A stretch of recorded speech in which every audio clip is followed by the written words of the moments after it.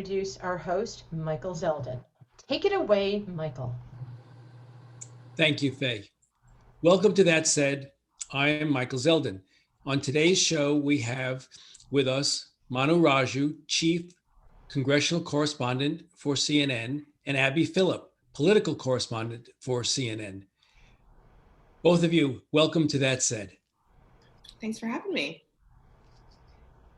So I'd like to start, if you don't mind, because we have a lot of students that listen in on these programs, to have them understand how you got to be where you are. What road did you travel to this point in your careers? So Abby, Manu, whoever of you wants to talk first, please feel free.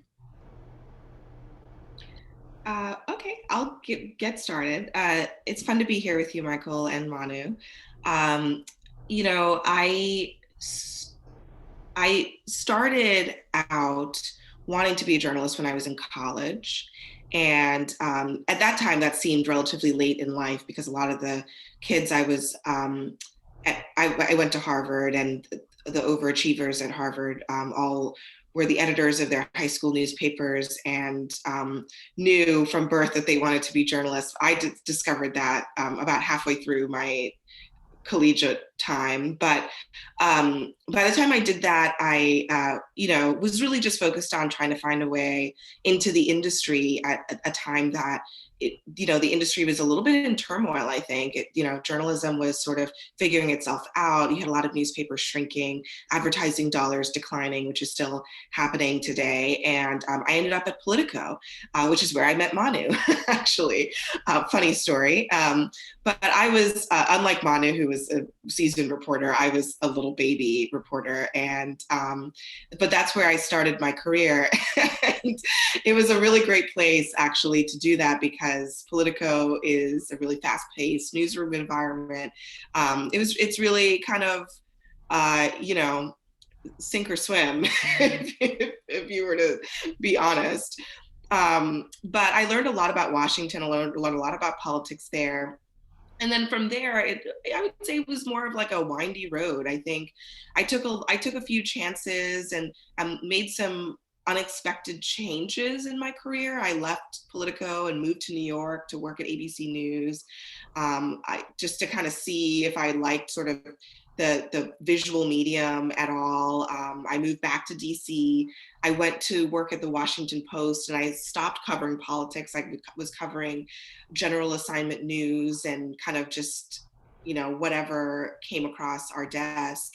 And then I came back to political journalism covering the 2016 election and then came to CNN. So, I think it was a little bit of an unconventional path. I think often you don't see, I didn't know that many people who had kind of gone back and forth between television and print. And so there were definitely some scary moments in there of not being sure if those were the right moves to make. But I think ultimately it turned out okay. Yeah, I guess the lesson here is that there really aren't right moves to make. That you can, to use Paul McCartney's song, "The Long and Winding Road," you can move where you are now in a variety of ways, and to not obsess about, am I doing everything correctly from the outset? Yeah. So it's a good life lesson, I think. Manu, how did you end up on Capitol Hill yelling at reporters, yelling at congressional people? You're on mute. There we go. Okay. It's more like, Michael, it's more like they're yelling at me more than I'm yelling at them. I sort of fell into it, to be honest with you. I kind of ended up this way, not intending to end up in Washington, but it's sort of just my path kind of led me here. I was, as an Indian American kid growing up in the suburbs with Indian immigrants, there was obviously a push by my parents to either become a doctor or engineer, neither of which were really my calling. I didn't do that well in chemistry, which is probably why I ended up becoming a journalist. So, so I went to University of Wisconsin, and actually, I went to get a business degree, and I actually did get a business degree because I thought, I was like, hey, I like, business is fun. Maybe I want to go into business and, or something. So I actually pursued the business route. But in college, I said, my brother, when he was in college, he wrote for a student paper he covered sports, and he really enjoyed it. And so I said, you know what, maybe I should try to do that too. So I'm a big sports fan. I decided to write for my paper, just out of, for the hell of it, basically, and meet people, do something different. And I got more involved, and I became the sports editor of my paper. I took a journalism internship in college and a local NBC affiliate in LA. My brother was living there at the time, so I slept on his couch for the entire summer. Came back to Madison, and I was like, this is interesting. I mean, I'll consider this a little further. And I took a job at the local NBC affiliate in Madison in my senior year, second semester, on the assignment desk on the weekends. And I got more interested in it, but I was still getting a business degree. And by the time I was about to graduate, I was like, you know what? I kind of want to be a journalist. But the good thing about being a journalist is you don't really need a journalism degree. In fact, you definitely do not need a journalism degree.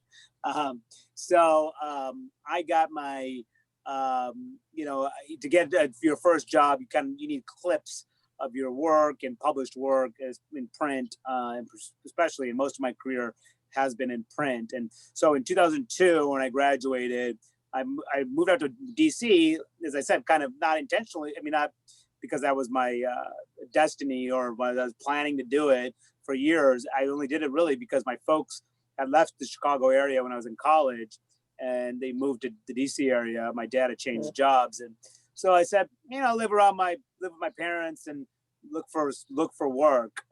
So I got my first job in Washington, writing for an environmental trade publication covering environmental policy in 2002. And I didn't know anything about government or politics or policy or really much about reporting either.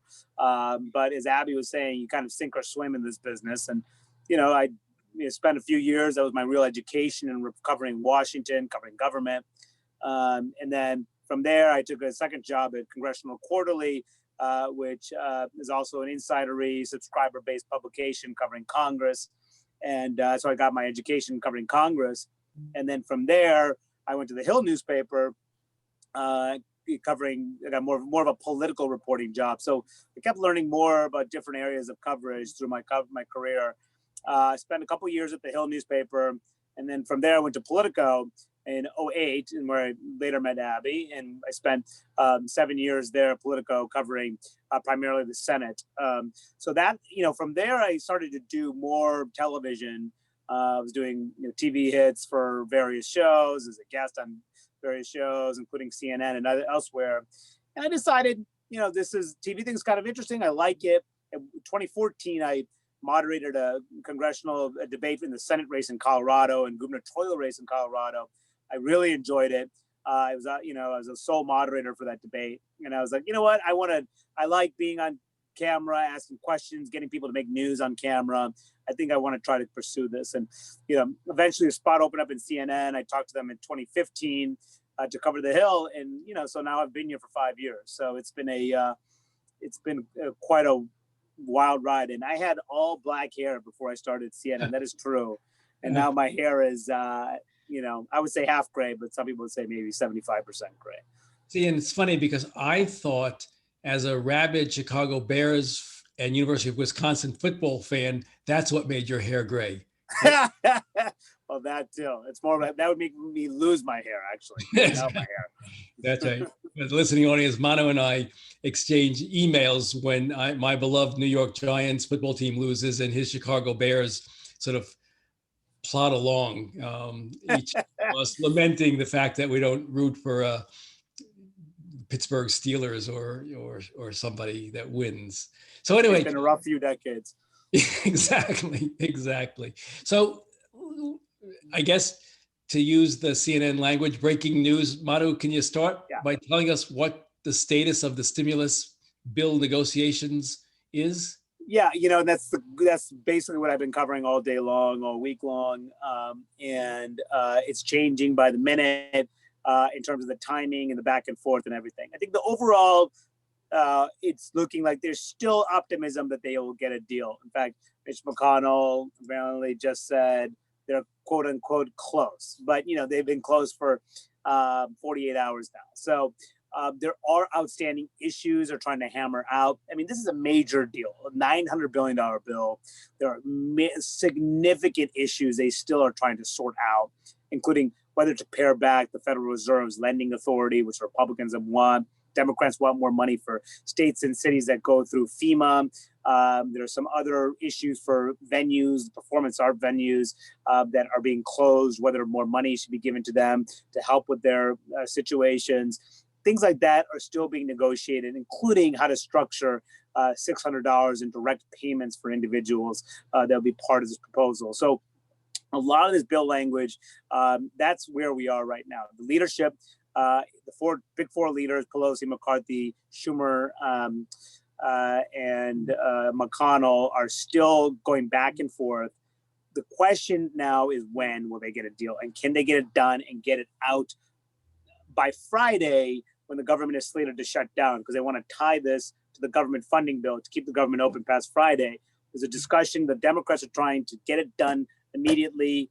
Don't pass another short-term measure to keep the government open for another few days. Republicans want another few days to negotiate. So that is the source of the disagreement right now. So we'll see. The next 24 hours, 48 hours will be significant. I think they'll get a deal, but might be painful until we get there. So. Right. And Abby, what are you hearing from like the Mnuchins and the president's inner circle about the deal? Are they for a deal? Are they against the deal? Do they have drop dead issues that if it's in the deal, they will not sign on? What's the 1600 Pennsylvania Avenue side of the discussion looking like? Well, honestly, you don't really hear a whole lot from the White House side of things, which is actually a big difference in this set of negotiations compared to the previous one when Mnuchin was deeply involved in it.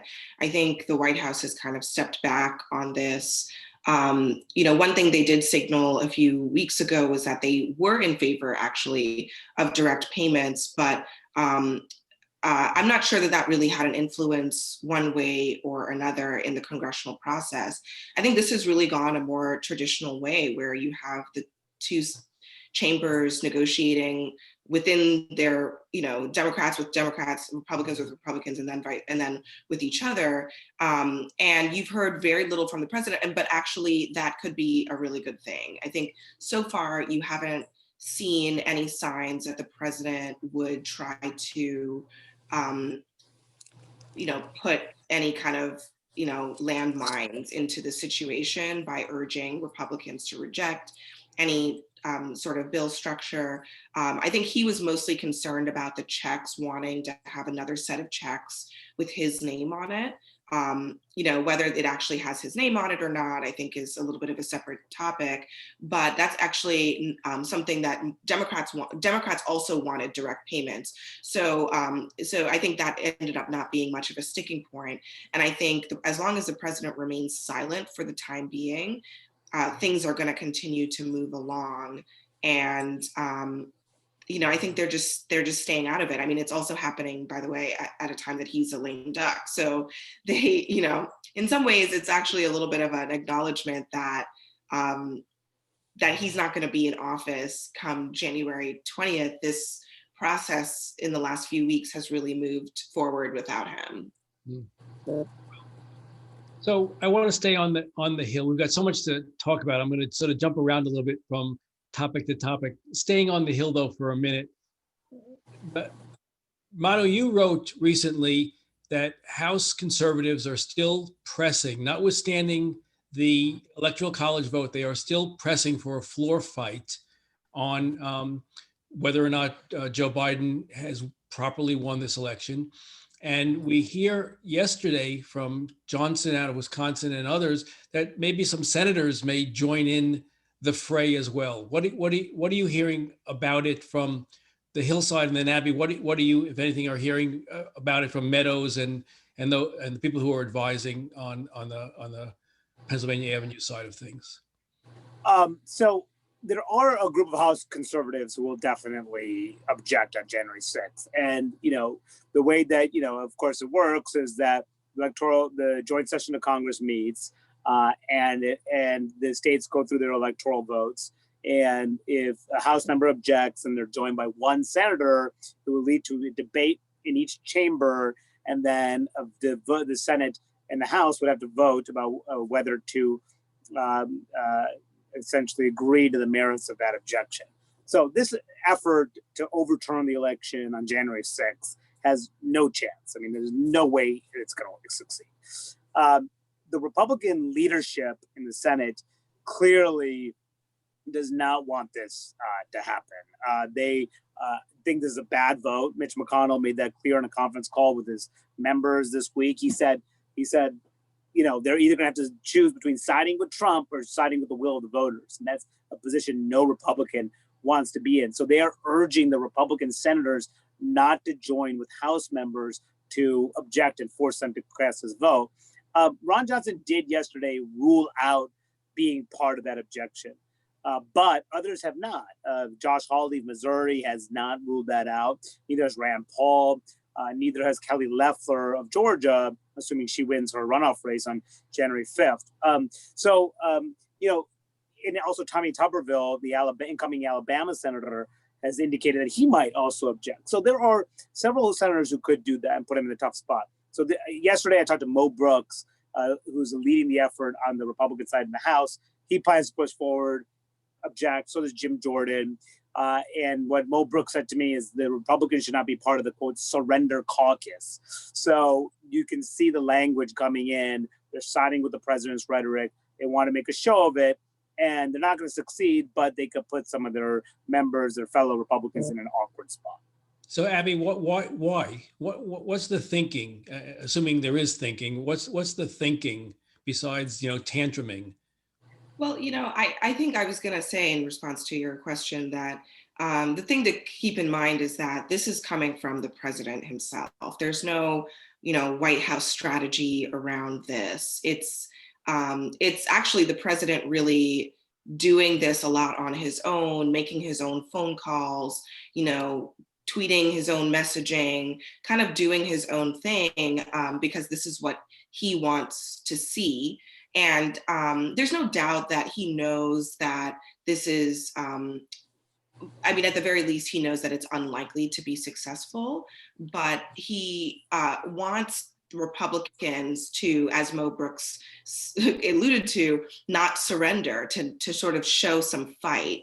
And he wants to see that play out on January 6th. So, you know, I think there's one of the interesting things has been that even while the White House, you'll see people like Kayleigh McEnany going out there and on Sean Hannity every night and on Fox News, and she's talking about a rigged election and so on and so forth.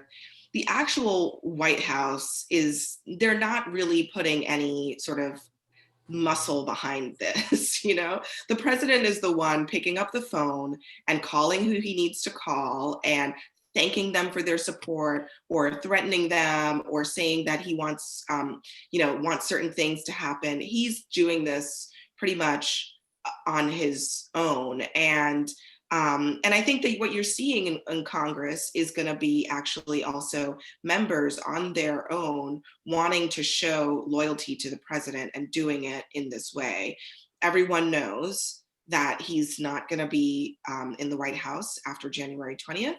And people in the White House are operating in that way, no matter what the president says about the situation. So, you know, for whatever that's worth, I mean, it's going to be a show, but as Manu says, it's not going to go anywhere, and people are aware of that.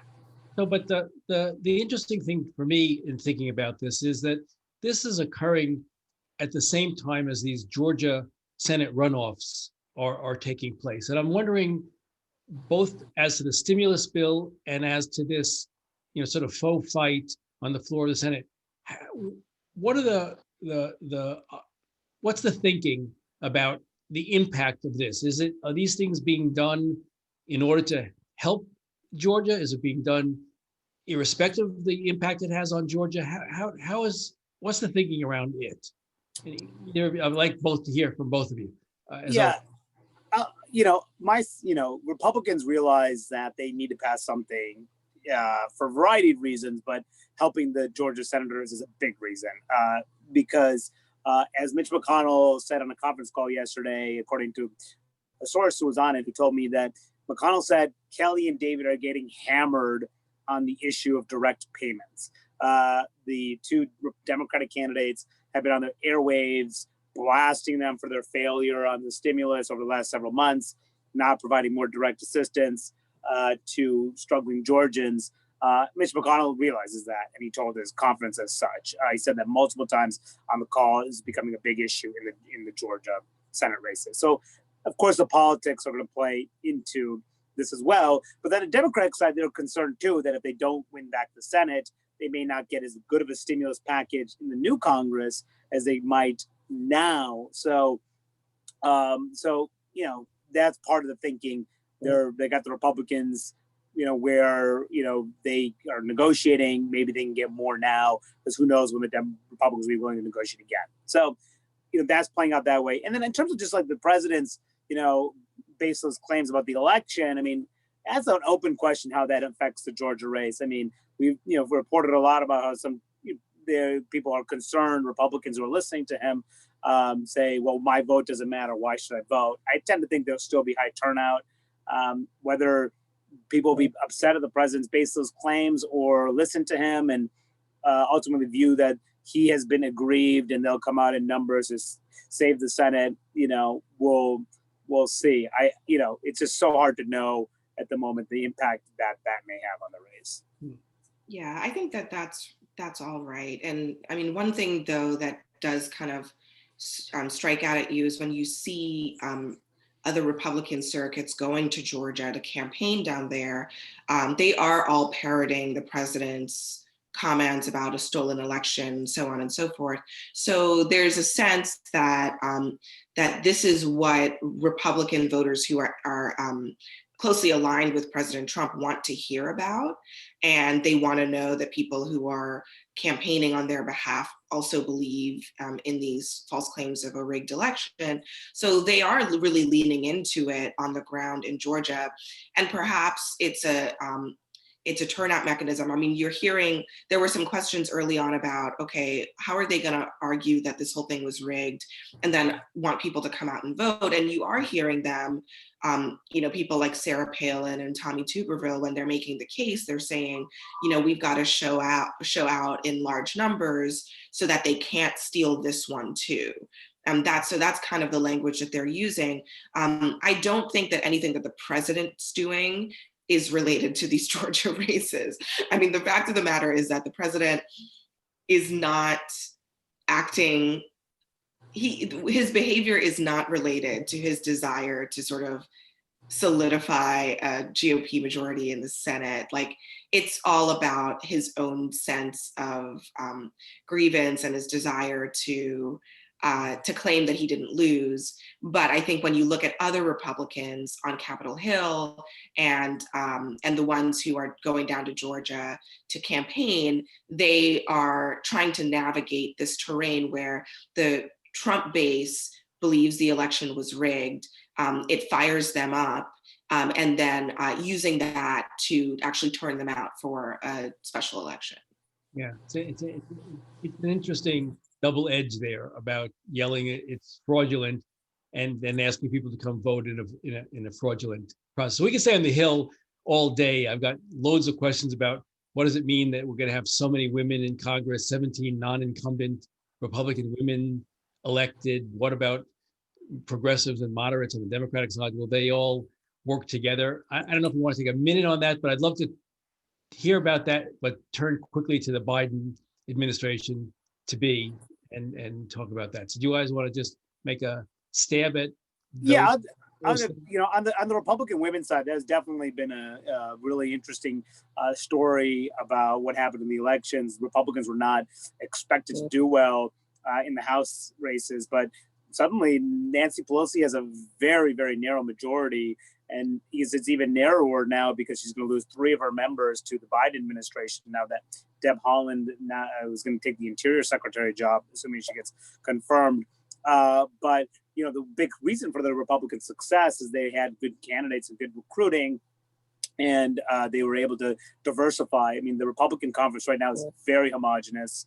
It is overwhelmingly white and male, but now they have a crop of women candidates and more women members, and some more diversity in their mix. So that is something they've been working on. They're certainly not anywhere near where their own leaders want them to be, but that has definitely improved. And on the Democratic side, I mean, that is going to be the constant issue for the next 2 years. How do you navigate progressives and moderates, especially in the House and the Senate? It's going to be narrowly divided. My guess is the progressives are going to be angry over the next 2 years because Biden is going to have to realize he has to work. He knows how this place works. He needs to get Republican support to get it into the Senate, and the House being so narrowly divided, he probably will almost push him to make sure that what can get done through the House can also get through the Senate, because they'll need bipartisan support based probably in both chambers. So I think you might see a lot of angry and frustrated folks on the left side of the caucus. Abby, what's your take? Yeah, I don't have a whole lot to add. I mean, I think, the increased diversity on the Republican side is a major story. It's a major story, not just for Congress, but also for the post-Trump presidency and the future of the Republican Party. There's a lot of conversation among Republicans right now about, what this shows about how you can match a sort of Trumpy-ish message with better candidates who are less polarizing, who are more diverse, who can reach out to pockets of Hispanic and Black and Asian American communities that Republicans have had a harder time reaching. And I think there's actually a fair amount of optimism from the Republicans I talked to about what that says for what they think they can do to move forward, whether Trump is in the picture or not. On the Democratic side, I was noting, Alexandria Ocasio-Cortez's comments about Pelosi in the last day or so, where she talked about how Pelosi is, she would love to see fresh blood, but she understands that Pelosi has a really tough job because she has to manage a caucus that includes a lot of conservative Democrats. And it's an obvious acknowledgement, but coming from her, it seemed to reflect a recognition from someone who's a very powerful voice in the progressive caucus, that these next 2 years are not going to be a progressive free-for-all, that there are a lot of conservative members among the Democrats and a very narrow majority, and they may need to fall in line for a little while longer if they want to get anything done. So I think that's just something to keep an eye on as we go forward. I think people are expecting a huge fight, and there will be plenty of fights. Trust me. I mean, they've shown that they are willing to push back, but to what extent do they recognize the challenges faced by Pelosi, and do they cooperate with her more than you might otherwise expect? Yeah, it'll be interesting to see whether in both chambers there are consensus groups. Like on the Senate side, we saw in the negotiations, Warner and Manchin and others, and then Susan Collins and Murkowski trying to work together, whether a similar group, gang of eight-ish sort of gathering can work on both sides. And maybe we make some incremental progress. You've said, Abby, that the twin priorities of the Biden administration are controlling the pandemic and fixing the economy. To do that, you need consensus in some substantial way. Is there indications about how Biden is planning to go about trying to accomplish these objectives? Well, I do. First of all, I mean, I think the Biden administration incoming is very cognizant that much of this needs to be done at an administrative level. And and within the executive branch. So that's one of the reasons that you've seen him choose. I mean, look, he was probably always going to choose a cabinet that was full of a bunch of very experienced technocrats who he happens to be friends with. So that was probably always going to be the case. But looking at his cabinet, you can see these are people who know how to run government. They're very seasoned, and they're preparing to do a lot of things at the executive level that don't even touch Congress. I mean, I don't know that, especially when it comes to the pandemic, Congress, I don't want to say that they're irrelevant. They're a source of funding, but there's more of this is going to have to do with the relationship between the executive branch and the states. And I would say that they have already started that process of kind of reaching out to governors and opening lines of communication. And I think they see that as the clearest, most important pathway to getting the virus under control, because it is a national disaster, but it's a state by state and local crisis happening in different ways all across the country. On the economy, though, I mean, I think they always view the pandemic as being first because they need to get that under control. On the economy, I think a little bit down the road, you're probably going to see the Biden team trying to look at things like infrastructure as a vehicle for the kind of stimulus that Democrats like to do, and that might be necessary to help jumpstart an economy, say in the second quarter of 2021. There will probably be a need for another attempt at a stimulus bill, but I think there are going to be some long-term challenges for the economy that, yes, they're going to have to deal with Congress on.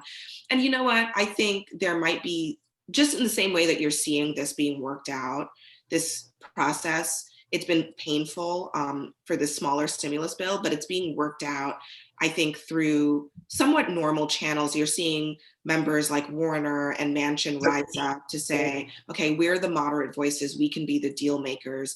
And I think that actually is a pattern that I think the Biden team would not be opposed to working with. You haven't seen them pushing back on things going out of the Hill. I think it's because they think that the way that things are going right now, it's headed in a positive direction, and it might ultimately be the way that these deals are going to get struck in the future.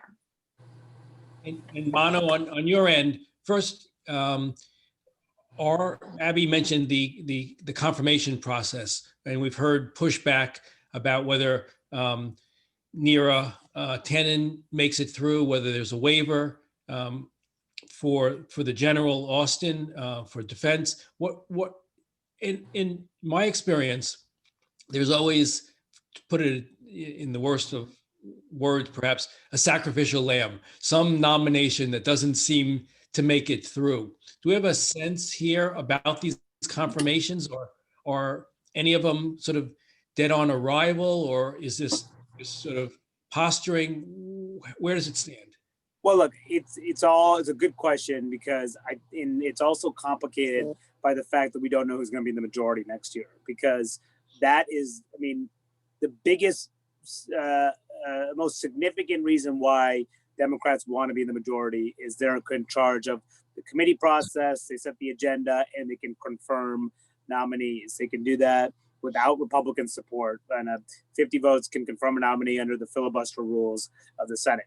Legislation still requires 60 votes. So even if they have a majority of 50 votes, unless they change the filibuster rules, which is highly doubtful that they'll do with that narrow of a majority, they can't really pass much without Republican support.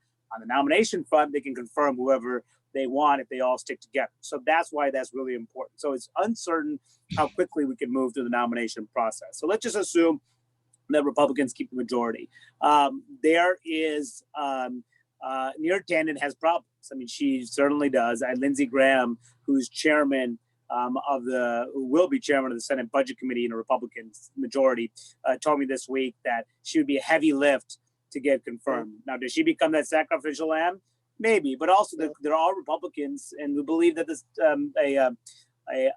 president deserves to have his choices. So So there may be some deference given among a handful of Republicans. Maybe she gets through. We'll really, it's just way too early to know before the confirmation process really starts.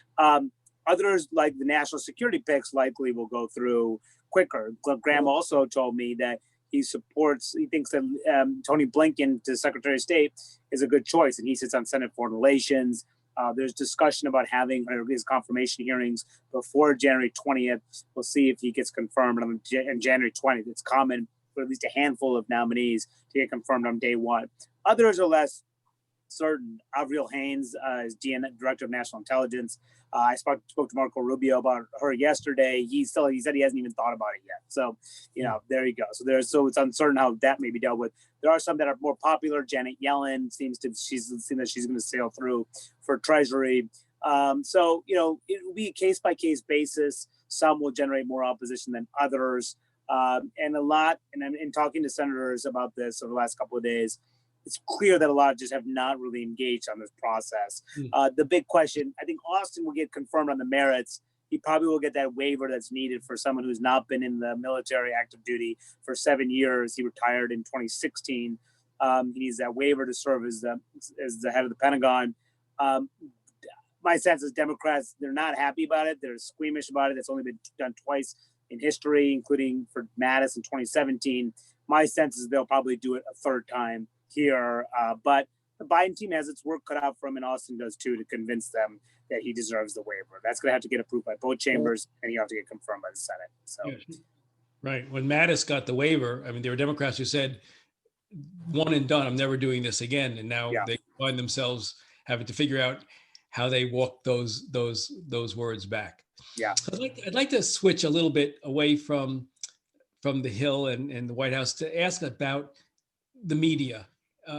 I've talked to Jim Acosta and Brian Stelter previously on this show, and we've talked about sort of the 5-year war between Trump and the media, and with Jen Psaki and others who we all know and have worked with. People are saying, well, maybe there's going to be a honeymoon, maybe there'll be sort of a different media White House relationship. Others have said, you know what, we really can't afford to look as if we're giving these guys a break after we are perceived to have given the Trump administration such a hard time. So how do you see it shaking out? I think that it's always going to be perceived as if the media is taking it easier on the Biden administration, in part because we're not dealing with the same level of, lies and, craziness and disarray that characterized the Trump administration. So there's always going to be like that perception. And I think perhaps there are some people that are concerned about that. I mean, as journalists, we should have the same level of scrutiny for the Biden team as we had for the Trump team. But the reality is it's not going to be as difficult because they don't lie as much, and they certainly don't lie intentionally as much. And you're not dealing with a principal who is constantly sort of throwing chum in the water to create chaos, to obscure other things that are happening, or, for example, launching a travel ban within the first days of the administration that hadn't even gone through a legal process and was being implemented in the dead of the night, leaving people stranded at the airports. I mean, things like that, I don't anticipate we will have to deal with the Biden administration. So it's just two different situations. They have a different approach. I think Democrats in general tend to have a little bit of a different approach to the media, especially someone like, Jen Psaki, and really, frankly, most of the people on the comms team who have a lot of experience dealing with the media. They're just, they have strategy. They understand that this is a relationship, and they might try to exploit that relationship. And so it's important for journalists to guard against that and make sure that there is sufficient skepticism in that relationship. So, but I mean, I think it's a little bit of a false equivalency, frankly. I don't think that we will have to be fact checking every one of the 30,000 lies told by the president, because while Joe Biden often says things that are not true, he actually is, like, unlike a lot of politicians, he says the things that are not true all the time for all kinds of different reasons, but it's nowhere near the level of a President Trump. And so it's gonna feel different, it's gonna be different, but it's not because we're going easy on him. It's because we're dealing with a different kind of administration. So Manu, let me read you something. Kathleen Parker, writing an opinion piece in the Post, writing to the comms team, she says, "You're entering the line," talking to the president-elect's communications team. She writes to them saying, "You're entering a lion's den, thick with oversized ego. In fact, the largeness of their own celebrity status and the need to keep their contracts in a Trump-free industry, there is likely to be tougher than ever. Thus, you White House communications women, a word of advice: beware. Celebrity journalists have become the news, and they have their own empires to protect. They won't remember that you once rubbed shoulders with them in makeup, forget that you were once friends, because these journalists don't have friends in high places or any place else. They'll run you over if you stand between them and the news. That must break on their watch." So that's sort of her take, and it's sort of like, what do you think? Look, I don't necessarily disagree with that. I mean, you know what? Of course, just interrupt. Neither of you fit the description of celebrity journalists who don't remember their friends. Manu is actually a celebrity journalist. Yeah, right. So, you know, one of my former bosses once said, "It's better to be feared than loved," and I tend to agree with that. I don't, you know, one of the things that I tried to counsel young aspiring journalists is, you know, your sources, sure, they can be your friends, but they shouldn't be your best friends. They shouldn't, you know, you can be, I should say this, you should be friendly with your sources, and you should. There's nothing wrong with having a nice relationship with someone, but be cautious about making them your friends, because, like, you know, you don't want to get too cozy with your sources. You don't want to get too friendly with your sources, because you're going to have to be critical in your coverage of your sources. And for me, the best way to develop trust among people who I cover is to be honest with them. You know, I'll be writing this negative story about their boss, and Democrat or Republican, I go to them and I tell them what I'm going to write and what I'm going to report, and give them enough time to respond to my my reporting. And if they have a comment, I will take it into consideration. I will reflect it in the story, but they should feel like they have had enough time to respond one way or the other. The situation you don't want to get in is you feel like, oh, that's my buddy and I can't write a bad story about him or her. Like, that's like the last place you want to be as a reporter. And I don't think most reporters are like that. I think most reporters realize we have an important job. We're covering, you know, the leaders of our country, and we have to hold them accountable. And, you know, we have to have a trusting relationship with each other. And that requires us being forthright about what we're going to report, and them to be forthright about what's true and what's not. Where that relationship breaks down when one side lies to you about what you're reporting and says it's not true, not true, not true, and it is true. Or if the reporter is not honest about what they're going to report. So it requires a back and forth for it to be a functional relationship. Yeah, and it's interesting. President Trump never attended the White House Correspondents' dinner. I attended it a couple of times at the invitation of CNN, and I quite enjoyed it, where politicians and reporters were sharing stories and creating friendships. President Trump didn't go for reasons known to him only. But when I think back on it, I think maybe sometimes, you know, maybe he's right. Maybe the politicians and the journalists shouldn't be socializing that much, because to what you just said, Manu, what happens is if you develop a friendship and then all of a sudden you've got to write a negative story, it's harder. It's harder. Yeah, and that's, I think the perception of those dinners is not good either, because I think the media suffers from a lack of trust, and large part by bad faith actors who say things that aren't true about the media. But also, but you want to develop trust from your readers and your viewers, that you're reporting things honestly and factually. And those dinners don't come across that way. I've gone to those dinners and had a perfectly fine time. And honestly, I kind of use it as a source building exercise. I've met some people who have become really good sources of mine over the years by interacting with them for the first time there and staying in touch with them. So I use it actually for a reporting reason. But you can't, for a casual viewer watching it, they may not view it that way. I understand that. Yeah, I think so. Your take as well, Abby, same?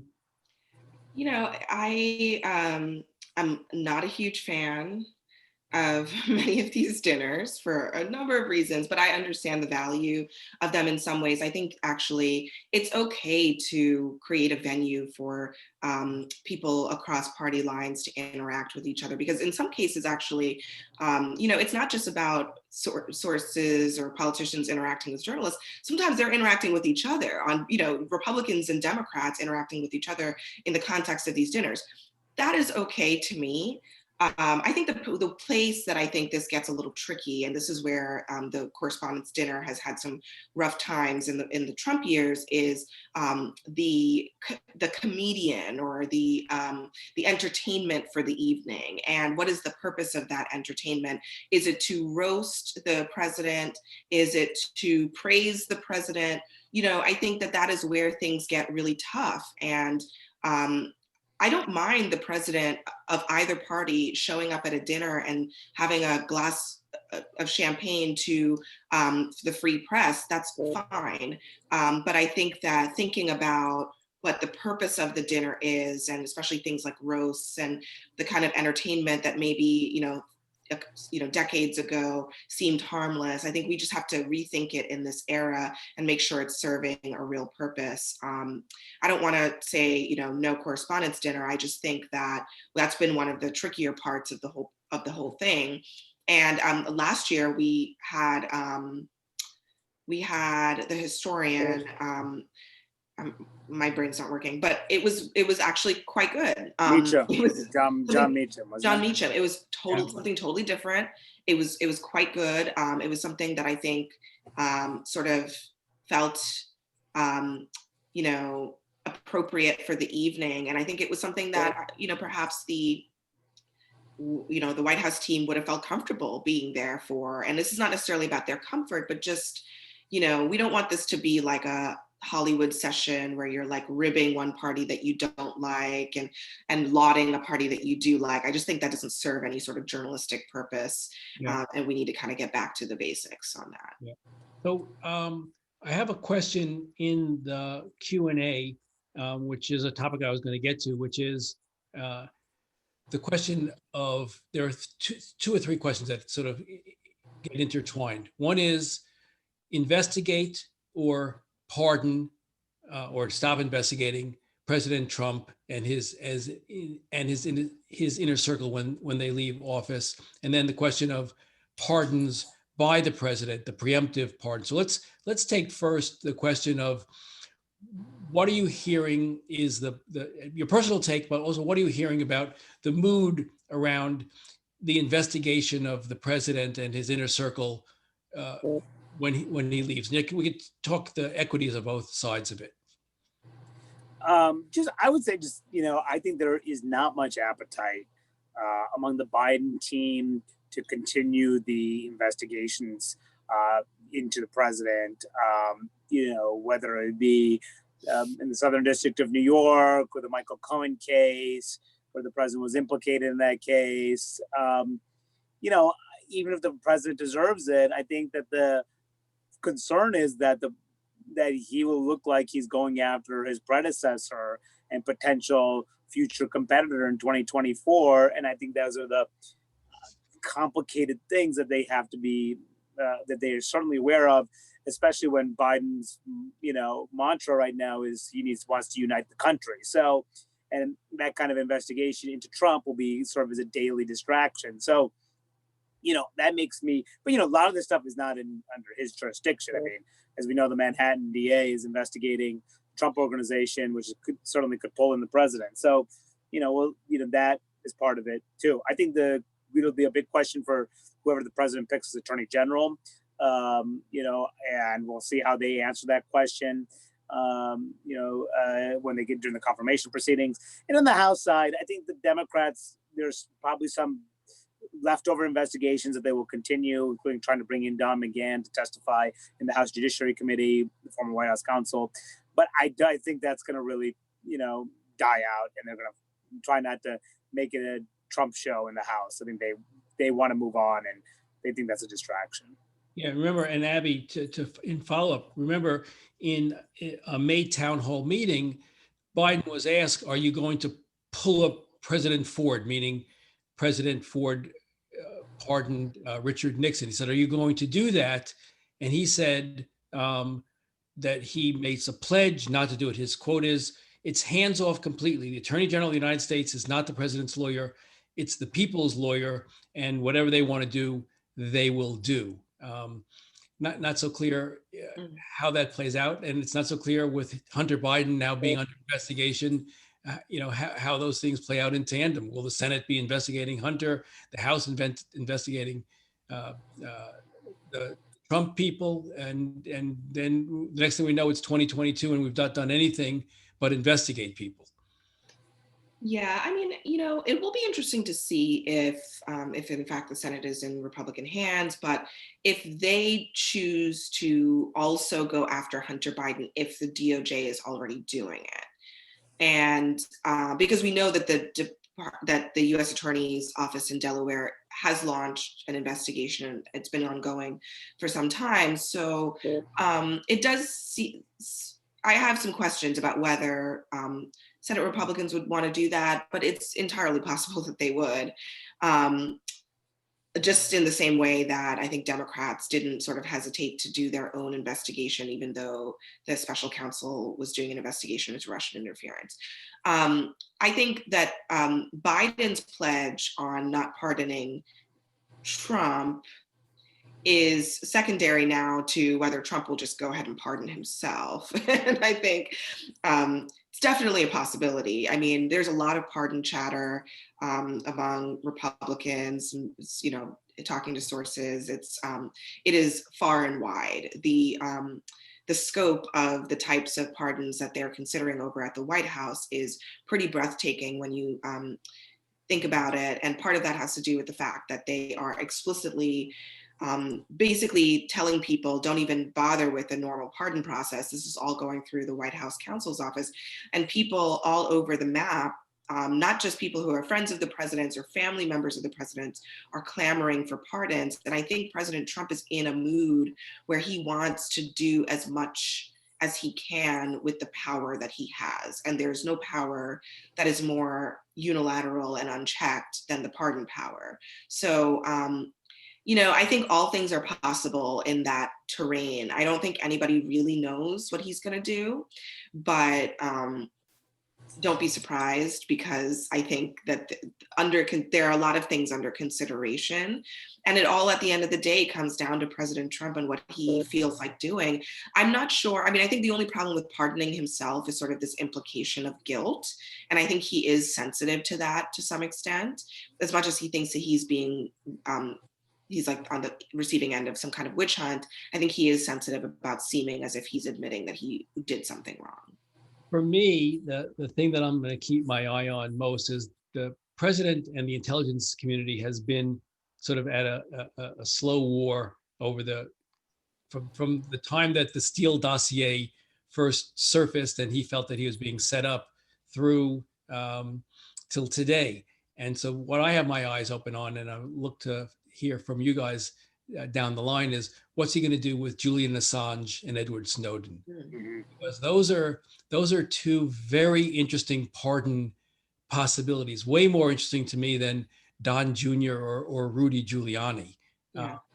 And are you hearing anything about either of those guys in pardons? I mean, I think those names have been out there. I think that would create an uproar if either Snowden or Assange got a pardon from both sides. A lot of Republicans, even Lindsey Graham, has been warning against such pardons. So, the president tends to doesn't really care about causing an uproar. So who really knows? It could be something he does in the last day of office. But that's certainly chatter that's been out there. And for what it's worth, I mean, I think people in the White House have been kind of downplaying those possibilities. But again, I mean, the big caveat is like right now, people in the White House are at the mercy of the president. And he can wake up one morning. He can tweet that he's pardoning them. So it's really entirely up to him, and they don't know ultimately what he's going to do. So that's kind of the perspective that they come from. Yeah. So two sort of last categories of question, and then I have to let you guys go back to your real life. The first one is private citizen Trump.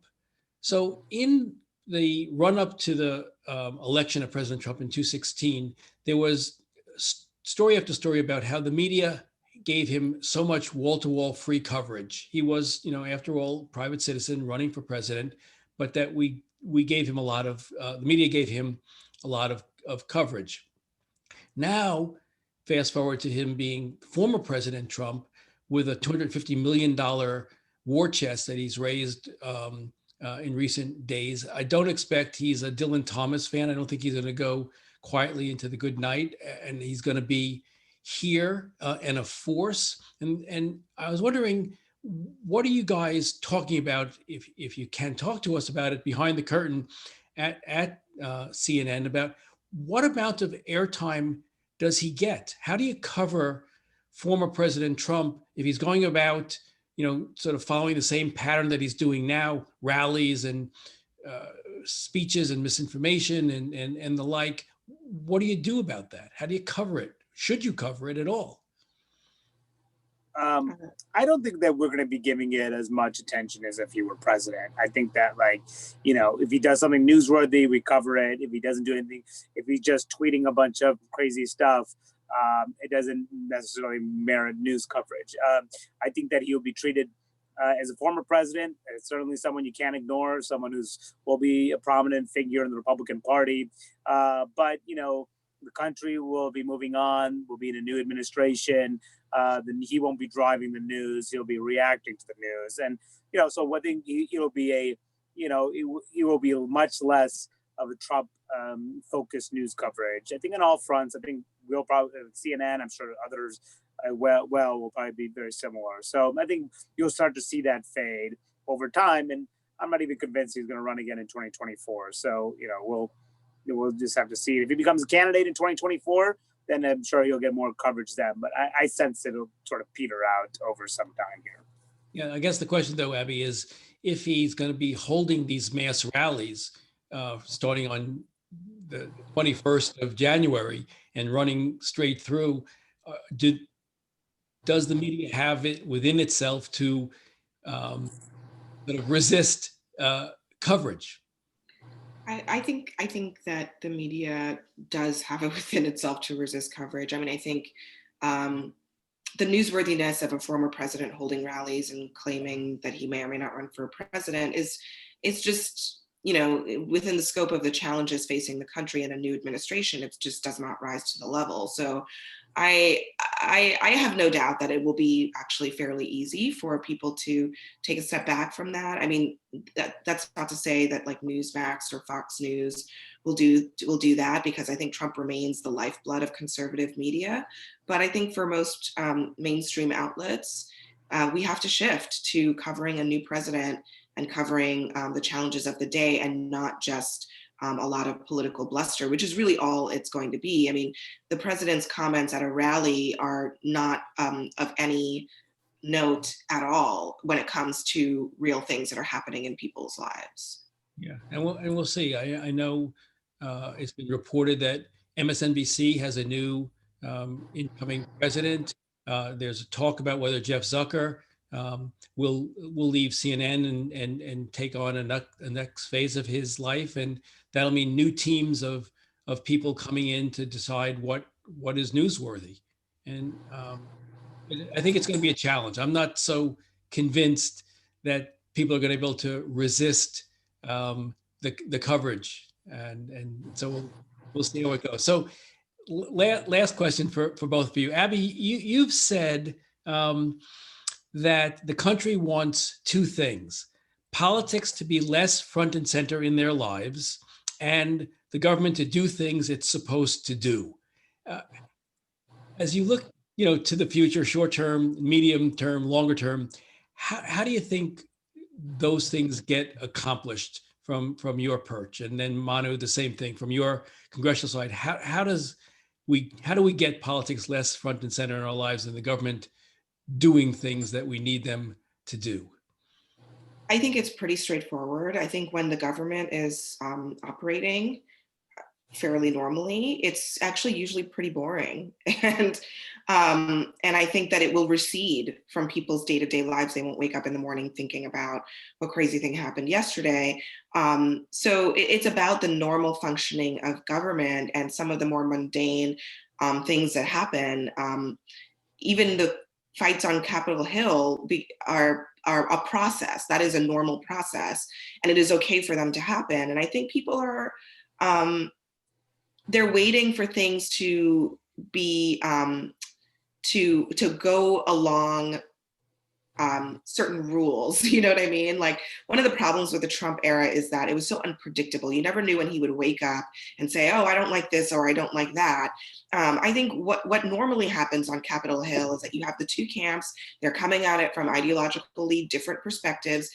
They negotiate and they fight, and then they come to some kind of compromise. I think when we are back to that, it will be a boring day in Washington. And a lot of people, frankly, want that. That people want to be able to go to dinner and talk about something that is not Donald Trump. So I think that will happen inevitably, because if you look at Biden's nominees, they are, I like to call them technocrats, because I think that's really what they are. They are people who are sort of administrative masters by and large. They're not personalities. They're not ideologues by and large. And they're going to run this government probably in a fairly boring fashion. And I think that's exactly the way that the Biden administration wants it. And Manu, does it get to run? That is, assuming Leader McConnell is still Leader McConnell, and I think it is different if he has a 2-vote majority or a 1-vote majority. With a 1-vote majority, he's got to worry about Mitt Romney. If with a 2, he's got to worry about Mitt Romney, Susan Collins, and Lisa Murkowski. But if he's in charge, when he was in charge of the Senate under Obama, he was pretty obstructionist. He has a better relationship with Biden. They've worked together for a long, long time. Do you see it? Abby says things are going to get back to normal and people are just going to grind out the daily things that America needs. From where you sit on Capitol Hill, how do you see that playing out with the majorities that of 1 seat, 2 seat, no seat we don't have to worry about?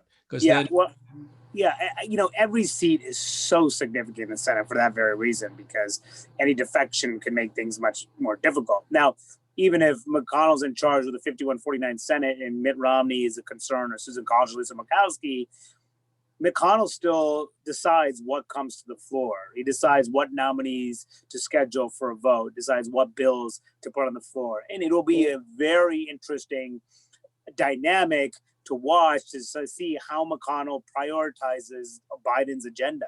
Does he move quickly on the Biden nominees? Does he slow walk the ones he doesn't like?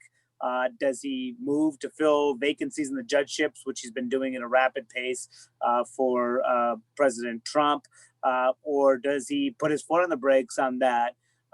Those are all going to be, regardless if it's a 52-48 Senate or 51-49 Senate, he will make that decision about what to bring to the floor. And if he's concerned about the vote that he may lose, he's not going to have that vote. He's not going to schedule a vote. Now, each senator has leverage to force something if they don't hold on something that McConnell wants to try to get their way on something. So that will play out on a case-by-case basis. But that will essentially be going back, as Abby said, to kind of how the way the Senate versus the White House kind of used to operate in an adversarial way when it's an opposing party, maybe at times cutting deals when they have to, and probably more often than not being able to get something done, and the two sides being at loggerheads and trading the familiar political jabs at each other. I mean, that's all part of the legislative process and the way Washington operates. So I think that they'll be able to work together at time to time, and I think that a lot of times they'll be at odds. But once they get through this relief deal, the next thing is going to be what can they agree to more, and that's going to be a fight, and that's going to be a big question. And the big question too will be, can he get all his nominees through, and at what pace? And a lot of that will be determined by Mitch McConnell. Yeah, and I take it you don't. I was asked a question in the chat earlier. Is there any realistic possibility on a 51-49 vote that somebody like Mitt Romney decides to leave the Republican Party and become an independent caucus with the Democrat? No, not a chance. And people say, well, what about Joe Manchin? Will he flip to the Republican side? No, not a chance. And that is a death knell for any member to do for the most part. And well, look at what Justin Amash, he left the Republican Party. Didn't run for re-election. The only exception being Jeff Van Drew of New Jersey, who switched parties and won as a Republican in his seat in that conservative-leaning district after opposing impeachment. So, but rarely is that a recipe for success. So final thoughts, Abby. What do you got your eye on upcoming? And then Manu, what stories are you mostly want us recipients of the news? What do you want us to be looking at?